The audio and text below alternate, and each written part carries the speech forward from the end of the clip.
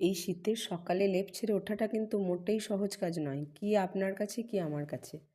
আর আমরা যারা মায়েরা আছি, যাদের ধরুন এই 4 বেলার কী রান্না করবো এটা ভাবতে হয়, তাদের কাছে তো এটা একটা মানে মহা চিন্তার বিষয়। যদি আপনি আগের রাতে ভেবে রাখতে পারলেন তো ভালো, আর যদি না রাখতে পেরেছেন তো ব্যাস ভাবতে ভাবতেই সকাল 9টা। কেউ ভেবে দেবে না, নিজের এই ভাবনাটা আপনাকেই ভাবতে হবে।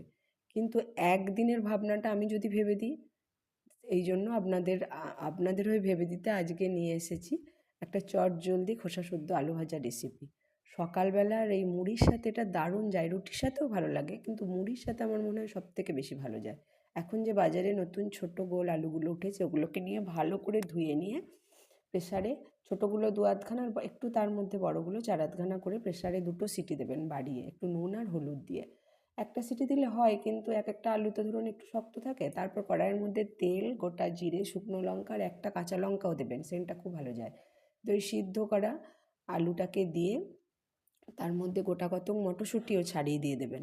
তারপরে একটু নুন, অল্প একটু নুন, মিষ্টিটা না দিলেও চলে, 2-4 দানা আমি দিয়েছি। আর একটু, এর যেটা মুখ্য উপাদান হচ্ছে গোলমরিচ গুঁড়ো, একটু দানা দানা থাকবে এরকম, একদম মিহি গোলমরিচ গুঁড়োটা নয়, একদম দানা দানা থাকবে, বাড়িতে একটু গুঁড়িয়ে নেবেন, সেটা একটু বেশি পরিমাণের দিয়ে নাড়াচাড়া করে ব্যাস নামিয়ে নিয়ে এক থালা মুড়ি আর তার সাথে একদম একটু করে এই আলু ভাজা, ব্যাস 1 গ্রাস করে মুড়ি মুখে আর 2-4টে করে আলু ভাজা, একদম অমৃত। শীতের রোদটা পিঠে নিয়ে বসে দারুণ জমে যাবে জলখাবারটা।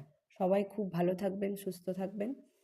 একবার আমার কথার উপর ভরসা করে হলেও এটা করে দেখবেন। নিশ্চয়ই রান্নাটা ভালো লেগেছে, যদি ভালো লাগে কমেন্টে জানাবেন। সাবস্ক্রাইবের জন্য অনুরোধ রইল, একটু পারলে শেয়ার করবেন।